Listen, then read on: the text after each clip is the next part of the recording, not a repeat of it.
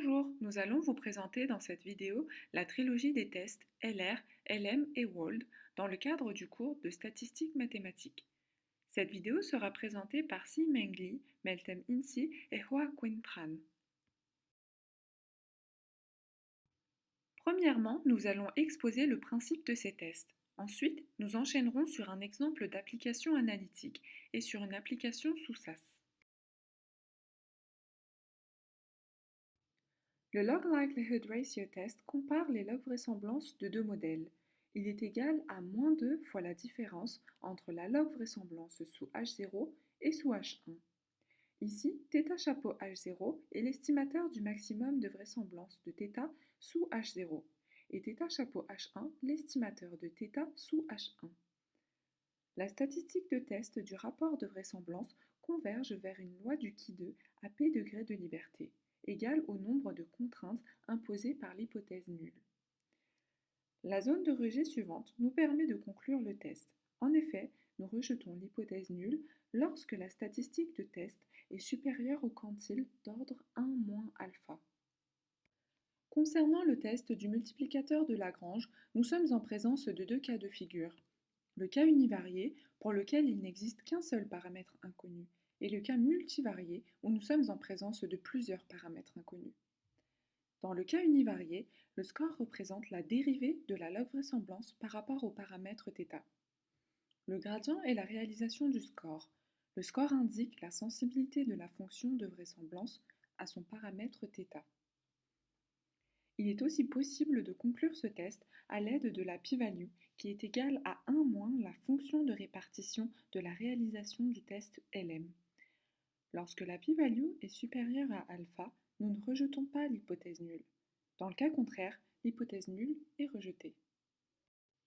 Le test de WORLD a pour objectif de mesurer la différence entre θ chapeau et une valeur de θ0 proposée sous l'hypothèse nulle. Si les contraintes sont linéaires, la statistique de test de WORLD dans le cas multivarié diffère de celle dans le cas univarié. En effet, dans le cas univarié, la statistique de test s'écrit comme la différence entre θ chapeau et θ0 élevé au carré et divisé par la variance asymptotique de θ chapeau. La représentation graphique de la log vraisemblance des tests LR, LM et WORLD en fonction du paramètre A facilite l'appréhension de la partie théorique. A chapeau est l'estimateur du maximum de vraisemblance du paramètre A et A0 la valeur prise par A sous l'hypothèse nulle. Le test LR calcule 2 fois la longueur du segment rouge. Le test LM prend en compte la valeur de A0 qui permet de fixer le score test.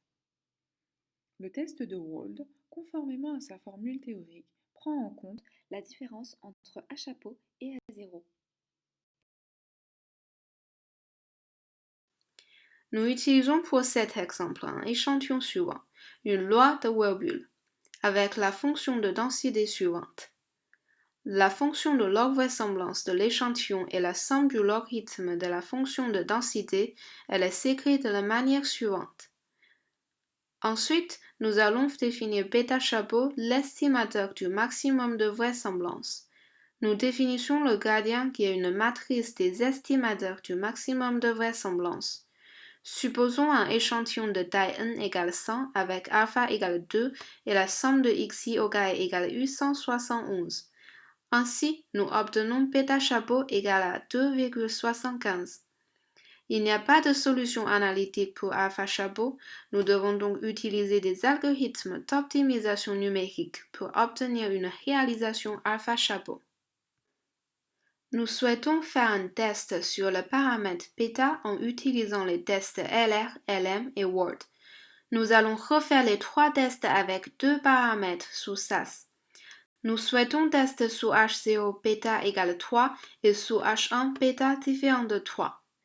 Par la définition du test LR, nous remplaçons la log vraisemblance sous H0 et C sous H1 dans la formule et obtenons la réalisation du test LR qui est égal à 0,106. Sous les hypothèses de régularité et de l'hypothèse nulle, la statistique de LR converge vers une distribution du qui 2 à 1 degré de liberté. Ensuite, nous calculons la région critique. Nous constatons que la réalisation du test LR est inférieure à la valeur critique. Donc, nous ne rejetons pas H0. Pour le test de Ward, par définition, nous remplaçons la variance asymptotique et bêta chapeau sous H1. Il en découle la réalisation du test Ward qui est égal à 0,109. Ici, le test Ward converge également vers une distribution du qui 2 à 1 degré de liberté. Pour un seuil de 5%, nous ne rejetons pas H0, bêta égale 3. Pour le test LM, nous calculons tout d'abord le score de l'échantillon qui est égal à moins 2,15 et la variance asymptotique sous H0 à 0,022. Nous les remplaçons dans la formule et obtenons la réalisation du test LM de 0,54. Toujours sous les hypothèses de régularité et sous l'hypothèse nulle, la statistique de LM converge vers une distribution du qui 2 à 1 degré de liberté. Au seuil de 5%, nous ne rejetons pas H0, bêta égale à 3.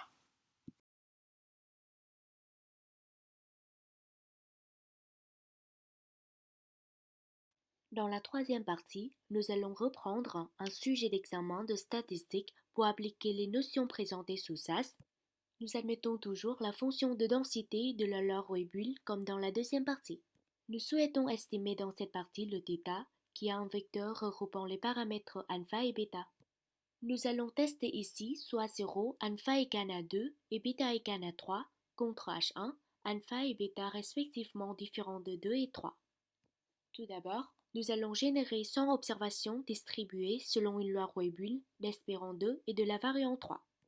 Ensuite, nous calculons une estimation du maximum de vraisemblance par la méthode d'optimisation numérique et nous obtenons alpha chapeau qui est égal à 1,91 et bêta chapeau à 2,99. Par la suite, nous allons calculer la statistique du test NR. Nous calculons la vraisemblance du modèle sous l'hypothèse nulle à 0 qui est égale à moins 172,65 et celle du modèle sous H1, l'hypothèse alternative, et nous obtenons moins 172,47. Puis, nous remplaçons ces deux vraisemblances dans l'équation du test NR et nous obtenons la réalisation de NR qui est égale à 0,37. Nous calculons la statistique du test de Wand. Nous stockons la matrice R qui a une matrice identité de dimension 2,2. Nous calculons les gradients individuels de 100 observations en θ chapeau. Ensuite, nous allons calculer l'estimation de la matrice d'information de Fisher moyenne sous H1. Puis, nous prenons l'inverse de cette matrice et divisons par n pour obtenir un estimateur de la matrice de variant-covariance asymptotique sous H1. En remplaçant tous ces résultats dans l'équation du Wand, on trouve la réalisation de Wand qui est égale à 0,26. Nous calculons la statistique du test NM. Nous allons calculer les gradients individuels des 100 observations avec les vraies valeurs de alpha et bêta. Nous calculons la matrice d'information de Fisher moyenne, soit 0, en prenant son inverse divisé par n. Ainsi, nous obtenons un estimateur de la matrice de variant-covariant asymptotique, soit 0. Pour avoir le gradient de l'échantillon soit 0, on fait la somme des gradients individuels. En remplaçant tous ces résultats dans l'équation de NM, on trouve la réalisation de NM qui est égale à 0,46. Nous disposons de deux solutions de conclusion avec le quantile ou la p-value. Pour la première solution, nous obtenons le quantile égal à 5,99 qui est supérieur aux réalisations des trois tests. Pour la deuxième solution, nous obtenons la p-value du test NR qui est de 0,83, du test de Wand de 0,87 et du test NM de 0,79. Les trois p-values sont toutes supérieures à alpha à 5%. Finalement, nous ne rejetons pas l'hypothèse nulle à 0, alpha égale à 2 et bêta égale à 3. C'est la fin de notre présentation. Merci de votre attention.